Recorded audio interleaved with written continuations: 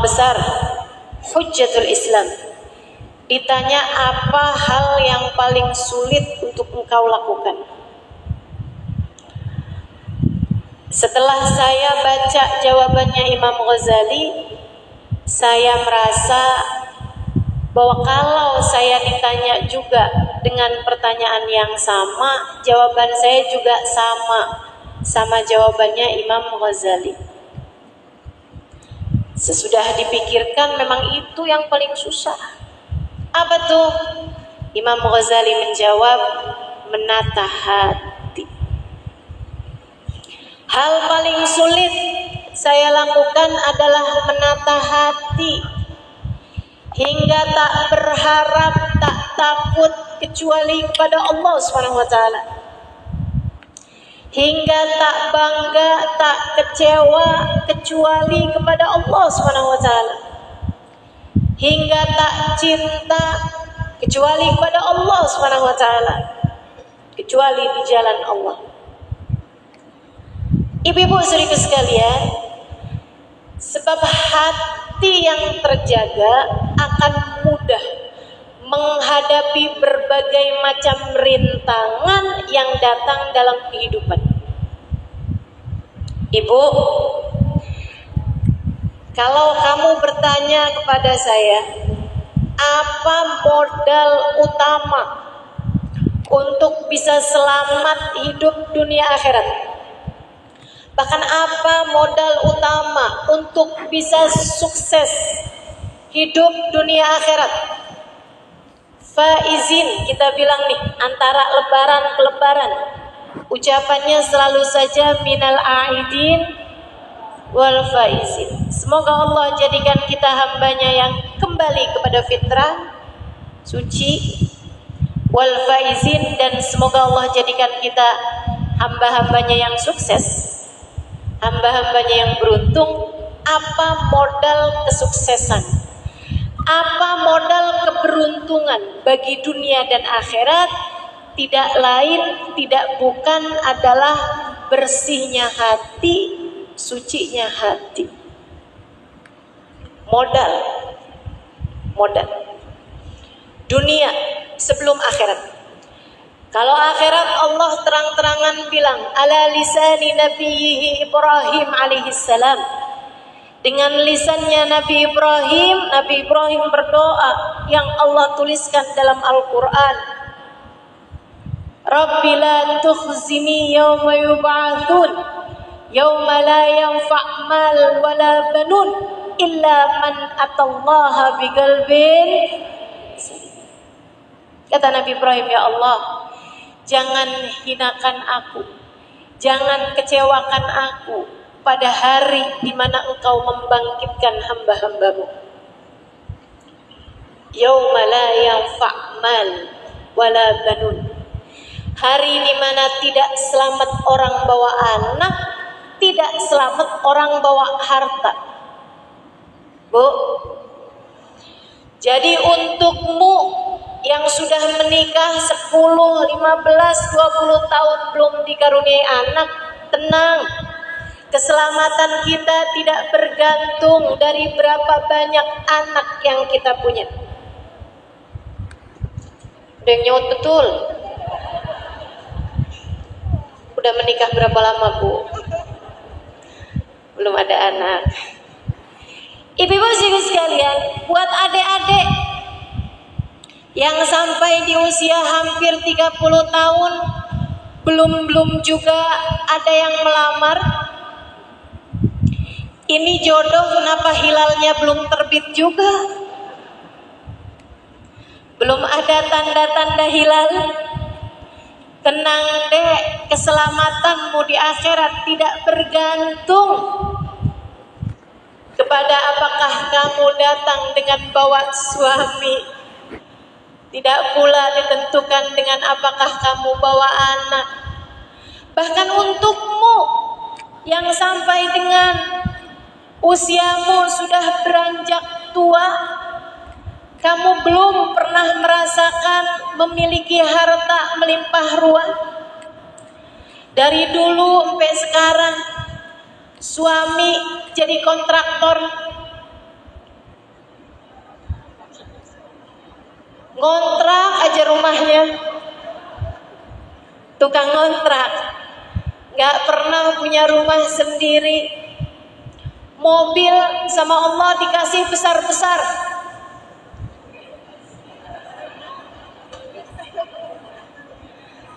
Saudaraku sekalian yang saya muliakan, jangan sedih, sebab di akhirat nanti Nabi Ibrahim bilang sesuai dengan faktanya, hari itu yaumala yanfa' mal wala banun. Gak selamat orang bawa harta, gak selamat orang bawa anak. Bukan itu landasan keselamatan, bukan itu asas keselamatan, bukan itu jaminan keselamatan, bahkan bukan ilmu, bahkan bukan akhlak, bahkan bukan ibadah. Orang yang datang kepada Allah bawa ibadah yang banyak belum tentu selamat. Orang yang datang pada Allah bawa ilmu yang banyak belum tentu selamat. Saudaraku sekalian saya muliakan, terus yang selamat yang bagaimana? Ya Allah, yang selamat yang bagaimana? Wahai Nabi Allah Ibrahim, Allah menjawab Nabi Allah Ibrahim seperti yang disampaikan dalam ayat ini, doanya Nabi Ibrahim.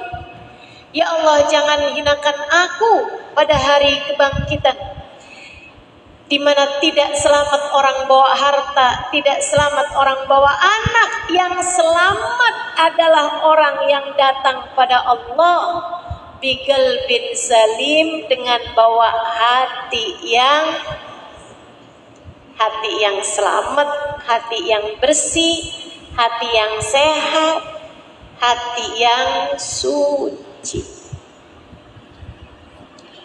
Jadi buat bekalan kita di akhirat, kita perlu bawa hati yang selamat, kita perlu bawa hati yang bersih, kita perlu bawa hati yang suci. Maka di hari ini saya mengajakmu untuk melihat dengan jelas kepada hatimu masing-masing. Sudah bersihkah? Iya. Sudah sucikah? Iya. Sudah siapkah? Iya. Untuk berangkat menuju perjalanan sejati?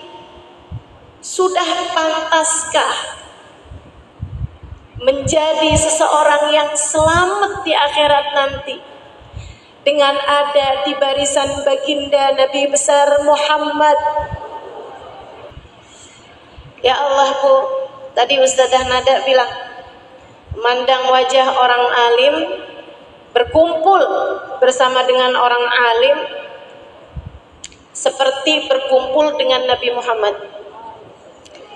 Dan berkumpul dengan Nabi Muhammad di dunia, di akhirat nanti akan dikumpulkan dengan Nabi besar Muhammad. Ini cita-cita kita semua. Tentu ini adalah cita-cita kita semua. Tapi siapa yang pernah bisa menjamin? Betul, yang beliau sampaikan betul. Tapi masalahnya tetap aja, untuk bisa menjadi seseorang yang diterima, untuk bisa menjadi seseorang yang dianggap di sisi Allah Subhanahu wa taala, yang Allah lihat dari kita bukan seberapa depan soft dudukmu, yang Allah lihat dari kita bukan seberapa awal kamu datang, yang Allah lihat dari kita bukan seberapa banyak hafalan Al-Quran yang kamu punya. Yang Allah lihat dari kita pada saat ini untuk bisa diterima oleh Allah adalah bagaimana keadaan hati kita. Innallaha la yanzur ila suwarikum wala ila absyarikum. Allah tidak melihat kepada zahir kalian, badan kalian. Allah tidak terlalu peduli kamu sekarang ada di tempat ini. Allah tidak terlalu peduli apakah kamu duduknya di tenda, di masjid, di luar masjid. Enggak jadi tempat penilaian Allah Subhanahu wa taala. Bukan berarti yang duduk di masjid dapat lebih banyak daripada yang duduk di tenda. Dan bukan berarti yang duduk di tenda lebih banyak dapatnya dari yang duduk di masjid. Jangan GR dulu. Apalagi yang duduk di luar tenda, jangan sedih. Yang kamu dapat belum tentu lebih sedikit daripada yang ada di dalam masjid, tapi belum tentu juga lebih banyak. Sebab bukan di sana penilaian Allah. Sebab yang Allah lihat dari kita adalah hati kita. Yang Allah terima bukan hanya ketika duduk di sini, Bu. Saat kamu sholat, yang Allah lihat adalah hatimu. Sesaat sebelum tidur, yang Allah lihat darimu adalah hatimu. Ketika kamu bangun dari tidur, yang Allah lihat adalah hatimu. Ketika kamu sedang mengajar, yang Allah lihat adalah hatimu. Wahai Halimah terus. Ketika kamu sedang duduk mendengarkan saya berbicara saat ini, yang Allah lihat darimu adalah hatimu. Ketika kamu menghadapi suamimu, Allah lihat hatimu. Ketika kamu bersedekah, ketika kamu membaca Al-Quran, ketika kamu menghadapi anak-anakmu, Allah lihat hatimu.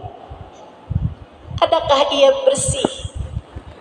Adakah ia hanya berharap kepada Allah? Adakah ada Allah di dalam hatimu? Kamu ingat dengan penuh cinta, penuh rindu? Ataukah selama ini hatimu hanya berkeinginan dengan urusan-urusan dunia yang tidak ada habis-habisnya? Sholat biar rezekinya lancar. Ada yang ngaminin bahkan. Padahal saya lagi ngasih contoh yang salah.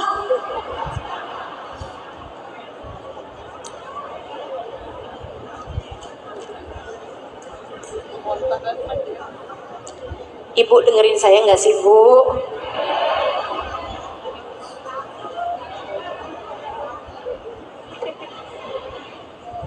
Kalau setiap ibadah keinginanmu dunia, gimana Allah mau terima?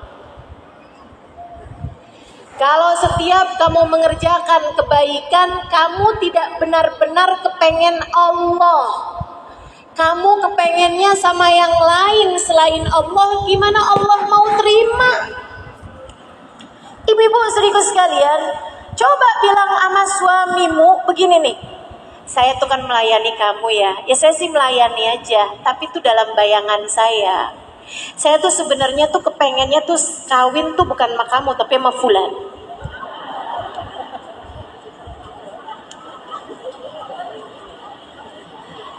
Kamu bersama suamimu, tapi hatimu menginginkan yang selain dia. Adakah kamu sebagai seorang istri layak diterima? Bukankah itu adalah sesungguh-sungguhnya kedurhakaan? Dan bukankah kita sering melakukan itu kepada Allah Subhanahu wa taala? Kamu setiap pagi sholat duha, gak ditinggal sholat duhanya. Kenapa gitu? Biar rezeki lancar. Kamu tiap malam bangun tahajud. Ketika ditanya, kenapa kamu bangun tahajud? Biar suami gak kawin lagi. Anak mau ujian, kamu puasa. Anak mau masuk sekolah favorit, kamu sedekah. Ada keluargamu yang sakit, kamu berbuat kebaikan. Teman-teman saudariku sekalian, apa jawabanmu kalau Allah bertanya, mengapa semua kebaikanmu kamu meminta selainku? Tidakkah kamu tertarik untuk mencari-cari cintaku? kita selama ini telah durhaka kepada Allah, menduakan Allah dengan selainnya, teman-teman. Yang Allah pandang dari kita adalah hati kita. Ada di mana sebenarnya hati kita? Sudahkah hatimu tertambat kepadanya? Sudahkah ruhmu menghadap kepadanya? Sudahkah hatimu bersimpuh di pintunya? Sudahkah hatimu merunduk dalam hanya berharap-harap cintanya? Bu, dunia yang kamu kerjakan segalanya untuk dunia tersebut, begitu kamu mati, kamu gak akan bawa sama sekali. Bu, suami yang kamu tiap hari baca surat Ar-Rahman, biar suamimu sayang sama kamu, begitu kamu mati, dia gak bakalan mau ikut dikuburkan bersamamu. Maaf, besok hari bisa jadi udah mulai cari-cari yang lain. Betul begitu? Gak usah nunggu kita mati.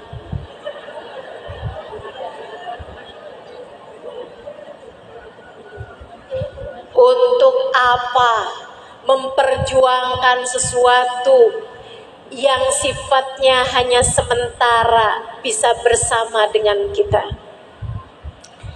Tidakkah dirimu tertarik untuk mencari-cari cinta dari yang kamu tak akan pernah berpisah dengannya? Allah Subhanahu. Maka yang Allah pandang dari kita nih yang kumpul di sini, bagaimana hati kita? Adakah Allah telah bertahta di sana? Mudah-mudahan Allah bersihkan hati kita, sucikan hati kita insya Allah. Amin ya rabbal. Yauma la yanfa' mal wala banun illa man atallaha biqalbin salim. Tidak selamat orang bawa harta, enggak selamat orang bawa anak.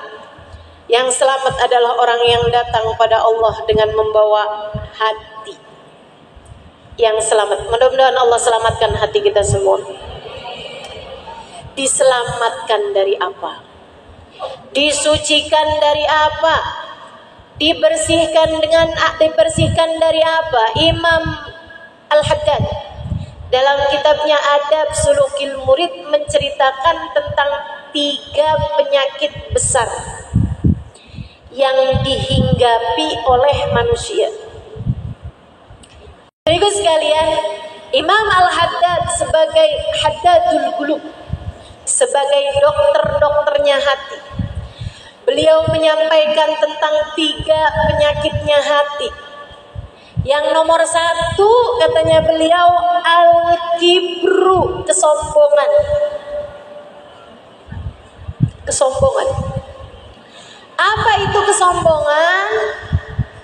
Nabi suatu waktu berkata kepada sahabatnya, dengerin nih bu nih, serem, ngeri. La yadkhulul jannah man kana fi qalbihi mithqala dzarratin min kibr. Enggak akan masuk surga orang yang di hatinya terdapat setitik biji sawi kesombongan. Setitik debu kesombongan. Sahabat angkat tangan, ya Rasulullah, Rasul, saya senang pakai baju bagus Rasul. Saya senang pakai tunggangan yang bagus Rasulullah. Kalau orang zaman sekarang, saya senang punya mobil bagus Rasul. Saya senang pakai baju bagus Rasulullah. Saya senang punya rumah bagus Rasul. Apakah artinya saya nggak akan masuk ke dalam surga? Nabi berfirman, Nabi bersabda, Allahu jamil, innallaha jamilun yuhibbul jamal. Allah indah dan Allah menyukai keindahan. Gak masalah yang itu. Al-kibru, Nabi kasih definisinya. Waman asdaqu minallahi qila. Siapa yang lebih benar ucapannya dari Nabi Muhammad? Tidak ada yang ucapannya lebih benar daripada ucapannya Nabi, sebab semua ucapan Nabi la yantiqu anil hawa in huwa illa wahyun. Semua ucapan Nabi tidak berdasar dari hawa nafsu. Ucapan Nabi itu semuanya berdasar dari wahyu. Nabi mendeskripsikan kesombongan. Nabi mendefinisikan kesombongan. Nabi menerangkan tentang apa itu sombong. Batorul haq wa ghamtun nas.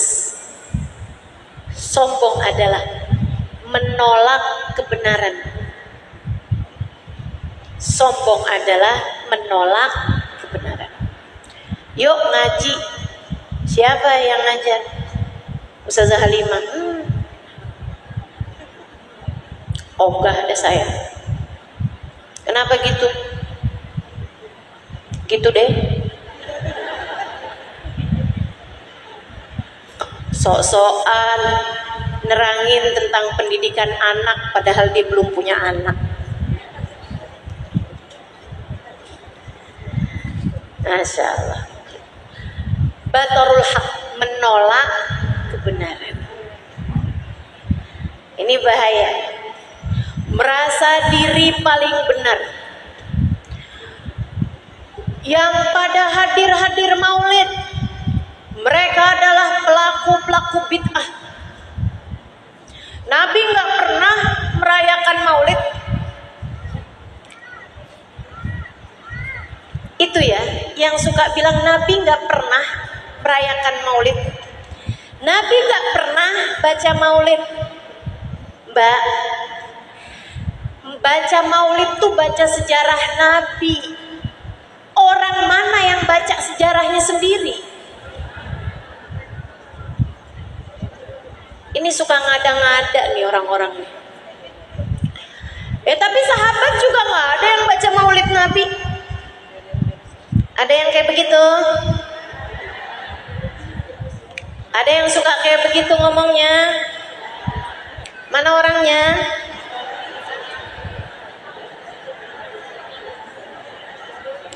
Nggak datang di sini ya. Saudaraku sekalian yang saya muliakan, batarul haq, menolak kebenaran. Sahabat Nabi nggak ada yang baca sejarah Nabi. Ya iyalah. Saya kalau hidup di zamannya Nabi, jadi sahabat Nabi, nggak hadir saya majelis maulid. Ngapain? Daripada diceritain Nabi Muhammad wajahnya bulat seperti bulan purnama, daripada diceritain begitu, daripada baca begitu, mending kita tongkrongin Nabi Muhammadnya. Betul? Sahabat gak perlu baca sejarah Nabi. Mereka bisa melakukan yang jauh lebih indah daripada itu. Iya kan, Bu? Ibu-ibu sekalian, ustazahnya nggak nyunah, saya nggak mau datang. Nggak nyunah maksud kamu gimana? Nggak sesuai sunnah. Sunnah itu loh cara hidupnya Nabi. Kok bisa-bisanya ada dibilang ustadz ini nggak nyunah, ustazah ini nggak nyunah, hanya karena pakai kerudung tidak selebar dirimu? Hanya karena ustadz itu nggak punya jenggot yang panjang seperti suamimu? Mungkin masalahnya bukan karena nggak kepengen pelihara jenggot, tapi jenggotnya nggak tumbuh.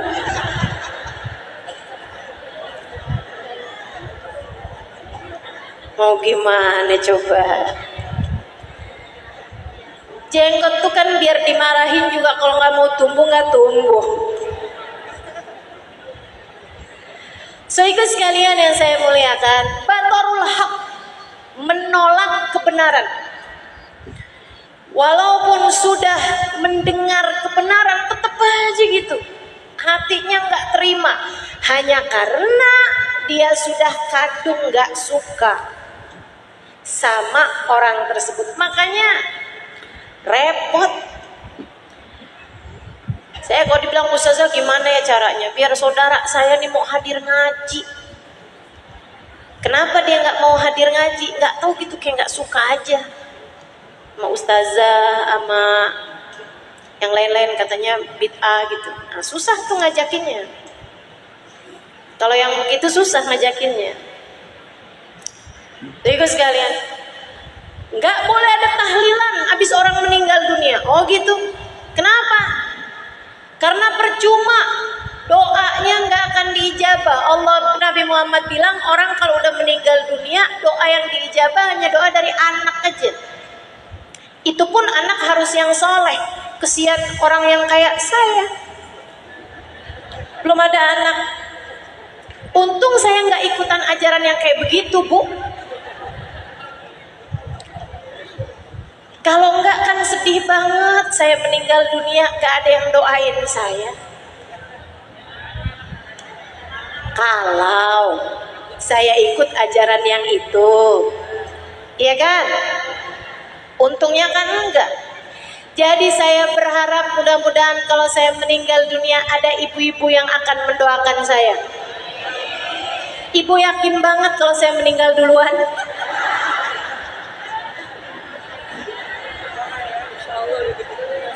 Atau ibu lagi nyumpahin saya? Insyaallah. Amin. Ibu-ibu sekalian, batarul haq. Saya jawab, kalau ada orang ngomong kalau orang meninggal dunia doa gak akan sampai. Saya bilang, bukankah siapapun orang mukmin meninggal dunia diwajibkan disolati? Bukankah di dalam sholat kamu mendoakan mayit? Allahumma ighfir lahu warhamhu wa'afi wa'fu anhu. Kalau nggak bakalan diterima, ngapain ada perintahnya, Bu? Betul? Kalau doa hanya dari anak yang soleh, tentu saja yang diperintahkan buat nyolatin hanyalah anak yang nyatanya siapapun di antara kita dengar ada yang meninggal dunia, maka kita diwajibkan. Orang sekampung tersebut hukumnya fardun alal kifayah, fardu kifayah untuk mensolati jenazah. Udah dengar sejelas itu tetap aja, tapi kan hadisnya, ya mungkin yang salah adalah pemahamanmu tentang hadis, kan begitu. Tetap aja nggak mau ikut. Ini namanya batarul haq, menolak kebenaran. Mau siapapun, semasuk akal apapun, nggak sesuai sama apa yang selama ini dia udah lebih pertama dengar, ditolak semuanya. Innalillahi. Mudah-mudahan Allah bersihkan kita dari rasa seperti itu. Silahkan berbuat kebaikan, silahkan yakini kebenaran, akan tetapi jangan pernah merasa menjadi orang yang paling baik ataupun yang paling benar. Karena Bu, kita nih sama Allah diminta tiap sholat, tiap rokaatnya baca surat Fatihah, ya kan? Di surat Fatihah itu ada satu doa. Satu aja doanya. Kita bilang ihdinas sirat. Ya Allah, bimbinglah kami menempuh jalan yang lurus. Kita loh sehari semalam 17 kali minta sama Allah ditunjukkan jalan yang lurus. Kenapa gitu? Karena kita merasa tanpa bimbingan Allah kita nggak akan pernah lurus. Karena kita merasa tanpa bimbingan Allah kita tidak akan berada di jalan yang benar. Artinya karena kita merasa bahwa kita nih berpotensi salah. Makanya kita minta sama Allah untuk terus dijadikan berada di jalan yang, kalau orang udah ngerasa dianya udah yang paling lurus, yang gak usah baca ihdinas siratal mustaqim. Tapi kan kita tetap minta sama Allah. Batarul wa ghamtun nas, merendahkan orang lain, merasa dirinya yang paling mulia. Kalau duduk di majelis dia ngeliatin nih, si itu kok kenapa hadir sih? Berantem mulu sama suaminya. Hadir juga tuh si ibu itu tuh. Iya ampun, ibu itu loh. Katanya tuh dia tuh nggak pernah tahajud tuh. Udah dapat hidayah, Bu. Teman-teman sekalian, kenapa ngelihat semua orang kamu bawaannya ngerasa kamu yang paling benar? Kenapa setiap melihat orang nih ya, dia ngelihat orang pintar, dia bilangnya gini, cuman bisa ngomong doang, ngamalinnya mah belum tentu. Dia ngelihat orang yang nggak ngerti, ya ampun, bodoh banget sih. Padahal hadir ngaji loh, tapi nggak ngerti-ngerti. Dia ngelihat orang yang lebih tua, pasti dosanya lebih banyak. Umurnya udah banyak.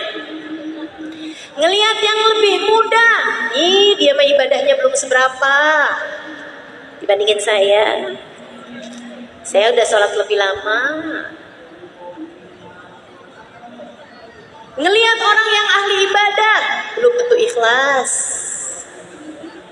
Ibadah tuh gak penting banyak, yang penting ikhlas. Ngelihat orang yang ahli maksiat, dosanya banyak, neraka kangen sama dia.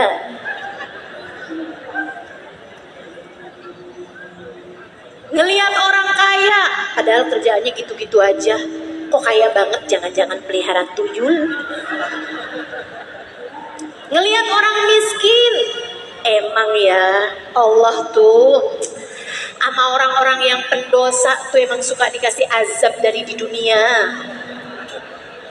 sebelum dikasih kesusahan di akhirat. Ngelihat siapa kamu untuk bisa husnuzon, ngelihat siapa kamu untuk melihat kamu lebih hina daripada orang tersebut. Ngelihat siapa kamu untuk bisa melihat orang lain, bisa jadi dia lebih mulia daripada diriku ini. Ngelihat siapa kamu untuk bisa merasa bahwasanya mungkin Allah menyelamatkan dirimu karena doa-doa indah yang dia panjatkan untuk dirimu. Saudariku sekalian yang saya muliakan, ini penyakit kita nih. Hati-hati. Merasa diri lebih mulia daripada orang lain. Padahal belum tentu. Nabi lagi ngumpul sama beberapa orang sahabat datang dari Badu, dari kampung. Orang kampung zaman Nabi biasanya tidak berpendidikan, orang yang gak ngerti etika, orangnya serampangan, tampilannya enggak cakep, enggak keren gitu kan, kerudungan hijau, baju merah gitu kan.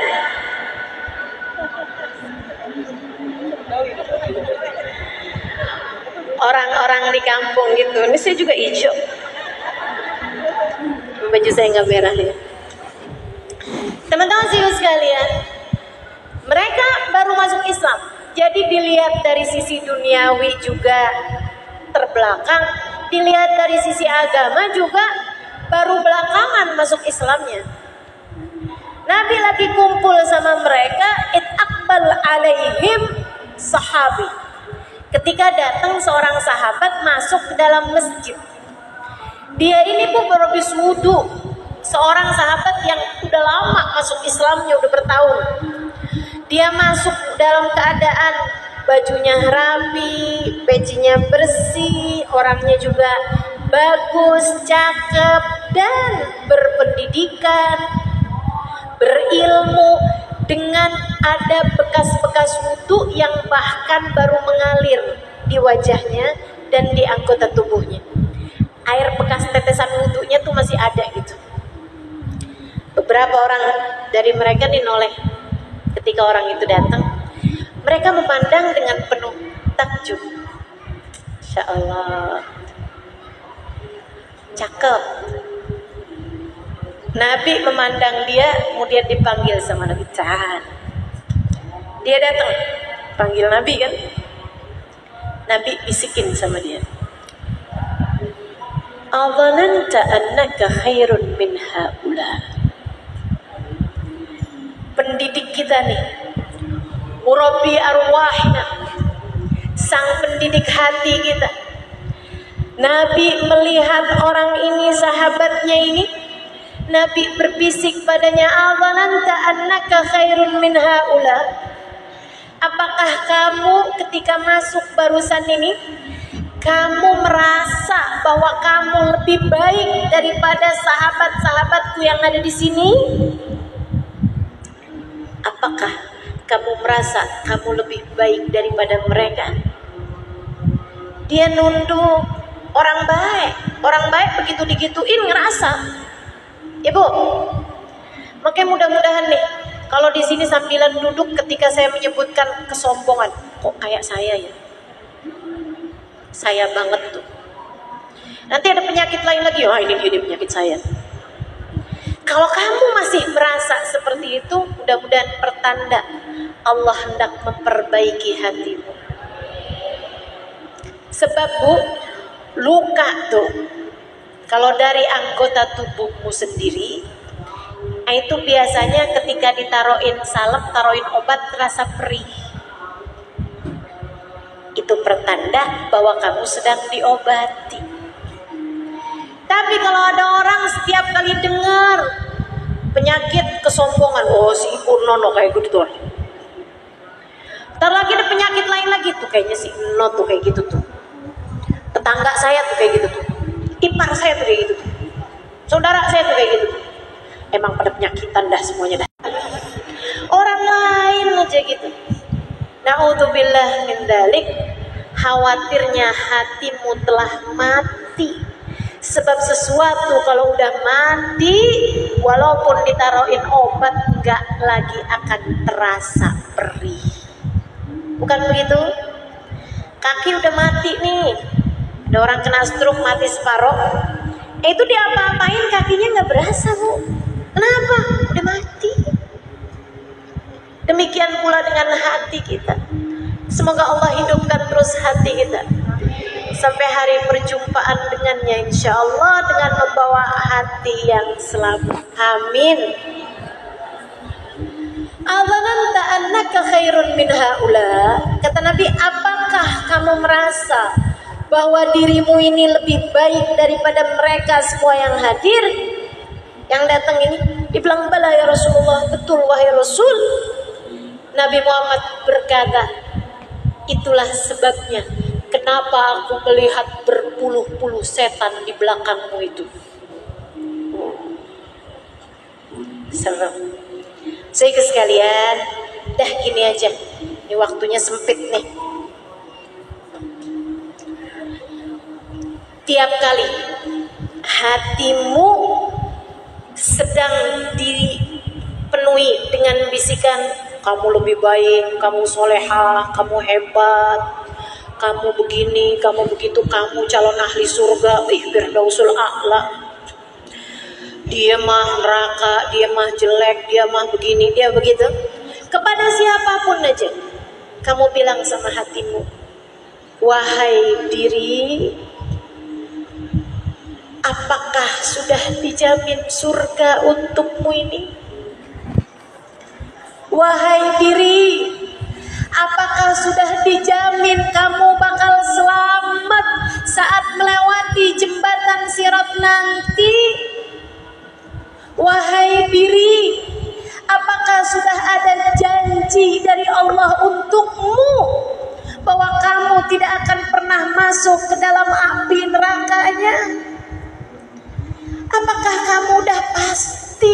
bahwa kamu akan mati husnul khatimah, sementara dia akan terpanggang di dalam neraka Allah. Udah pasti. Wahai diri, Allah tidak pernah punya kewajiban untuk memasukkan kita ke dalam surganya. Allah tidak pernah punya kewajiban untuk memberdirikan kita di belakang Nabi besar Muhammad. Allah tidak pernah punya kewajiban untuk bahkan sekedar mematikan kita dalam husnul khatimah. Allah punya hak untuk mencabut iman dari dalam hati kita. Allah punya hak untuk memasukkan kita ke dalam neraka sekalipun. Allah punya hak untuk mengusir kita dari rombongan Nabi besar Muhammad. Allah punya hak. Karenanya sebelum kedua kakimu masuk ke dalam surga Allah, jangan pernah merasa diri lebih mulia daripada siapapun.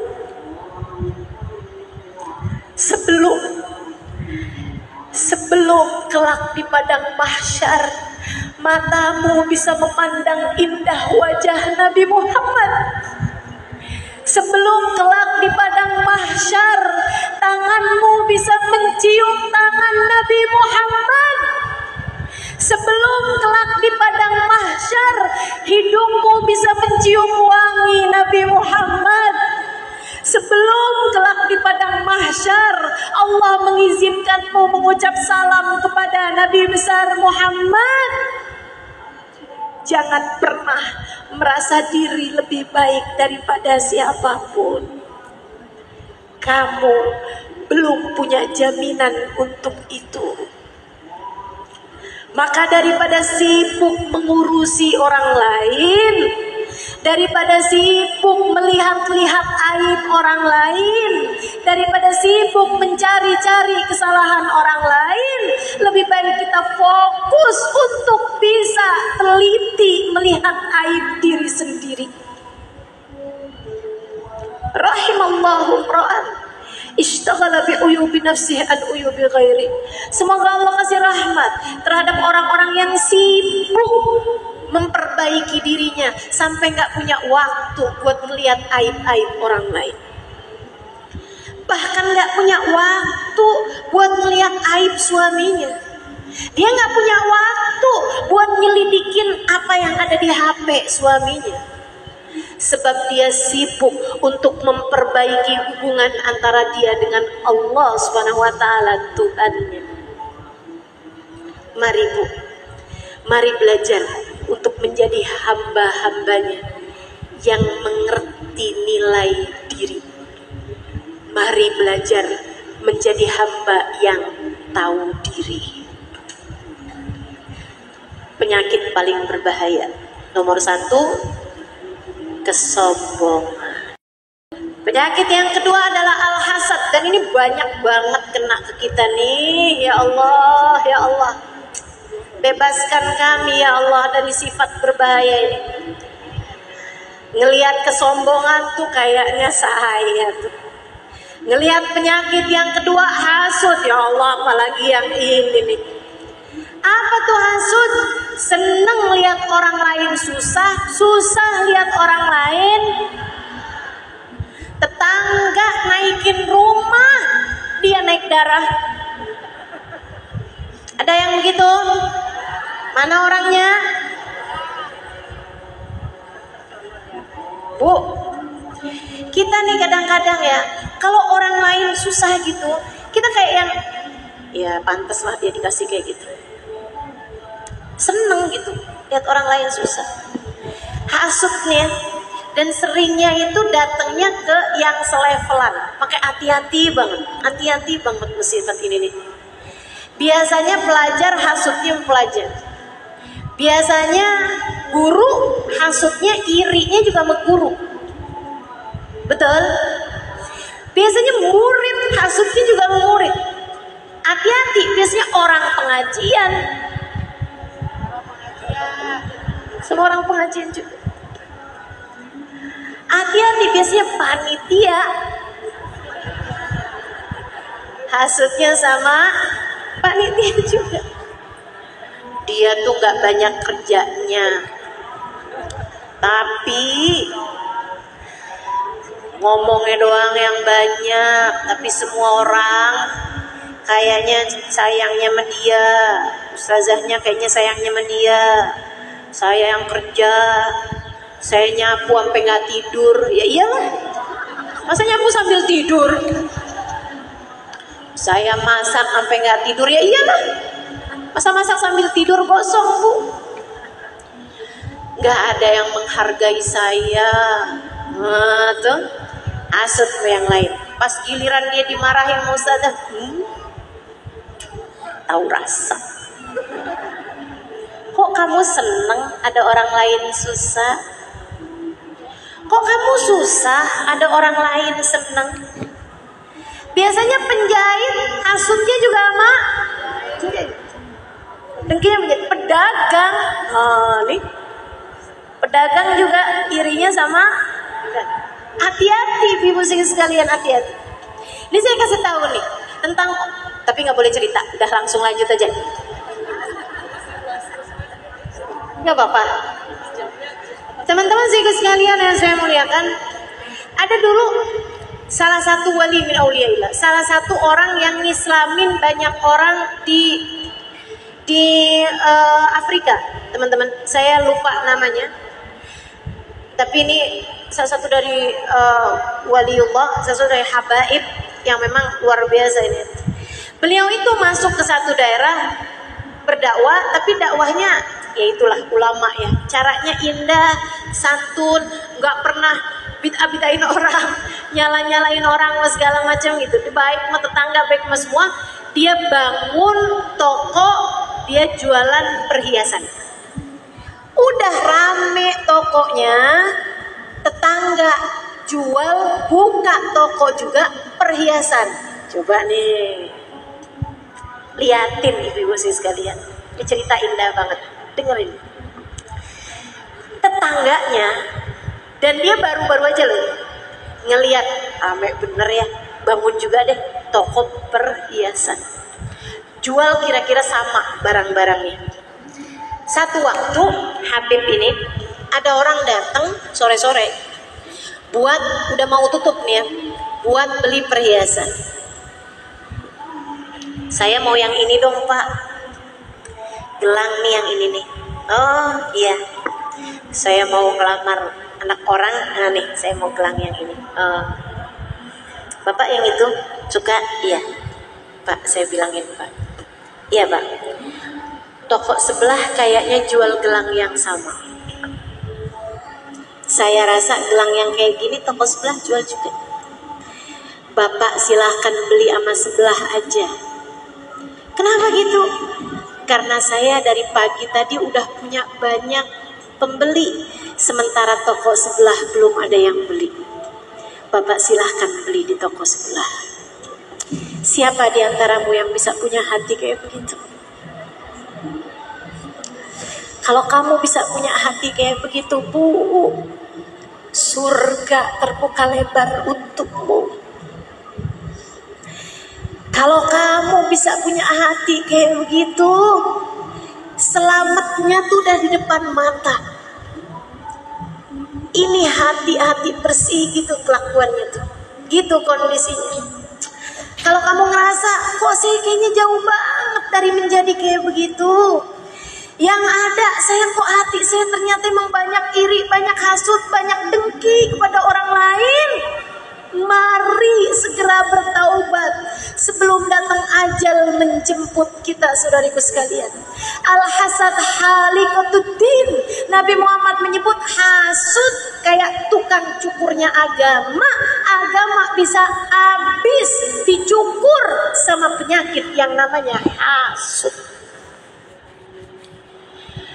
Obatinnya gimana Ustazah? Imam Al-Ghazali ngasih tahu, dan ini salah satu obat paling mujarab. Meskipun Bu perih, emang obat tuh kalau manjur tuh perih, Kan begitu ya? Obat mana yang rasanya manis? Nggak ada. Paling zaman bayi obat rasanya manis. Obatnya gimana nih biar ngebersihin hati kita dari penyakit hasud? Imam Ghazali ngasih tahu, kamu kalau lagi ngerasa hasud sama seseorang karena sesuatu, doakan orang tersebut agar ditambahkan kenikmatan yang kamu hasudi itu. Tokonya sebelah lebih laku, hatimu berat rasanya, padahal saya duluan yang bangun toko di sini. Doain, ya Allah, tambah lakukanlah toko sebelah saya. Perih, Bu, ngedoain kayak begitu. Kamu punya suami, nggak ada sayang-sayangnya sama kamu. Akan tetapi kamu lihat tetangga, dia lebih jelek kelihatannya daripada kamu. Disayang bener sama suaminya. Pakai pelet kali itu ya. Jangan. Kok kenapa bawaan saya sebel mulu sama dia ya? Karena dia disayangin sama suaminya gitu. Saya kayaknya kayak kurang disayangin ke suami saya. Padahal suami saya sama suami dia beda.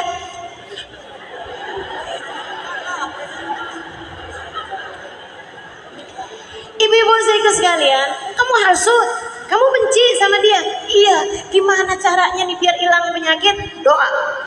Saat kamu sholat, saat kamu sujud, doa dalam hatimu, minta sama Allah, ya Allah, tambahkanlah sayang suaminya kepada dia, ya Allah. Tambahkanlah, ya Allah. Jadikan dia semakin disayangi oleh suaminya, ya Allah. Gitu. Itu tuh dengan kamu mendoakan seperti itu, teman-teman sekalian. Ini berat banget hati, tapi dengan cara seperti itu Allah akan perlahan-lahan menghilangkan penyakit tersebut dari hati. Sakit hasud. Yang ketiga, namanya ujub. Namanya suka pamer, namanya bangga sama diri sendiri. Saya kan, tuh kata-kata saya kan, Kak pamer, seneng kalau tahu orang lain menganggap mulia. Kalau ada orang merendahkan, siapa sih tuh? Dia nggak tahu siapa saya. Itu panitianya songong amat sih, dia nggak tahu apa siapa saya. Saya nggak boleh duduk di area VVIP. Kalau aja dia tahu siapa saya akan didudukkan di kursi ustazah. Teman-teman saudaraku sekalian yang saya muliakan, ini saya memang minta buat dipakein kursi, Bu. Satu, saya berharap yang di belakang bisa kelihatan walaupun ternyata enggak. Yang kedua, ini ada masalah di kaki saya, ya doain, mudah-mudahan Allah kasih kesembuhan insyaallah. Jadi nggak tahan duduk di bawah lama-lama, nggak tahan berdiri lama-lama juga. Doakan mudah-mudahan cepat sehat. 3 penyakit ini, ibu sekalian, yuk kita minta kepada Allah, semoga Allah membersihkan hati kita darinya, sehingga dengannya terciptalah kebersamaan yang indah antara kita dengan sesama saudari-saudari kita. Kalau hatinya bersih, maka persaudaraan silaturahmi akan lebih mudah terjalin. Kita minta kepada Allah, la hadhihi niyah wa bikulli niyatin salihah.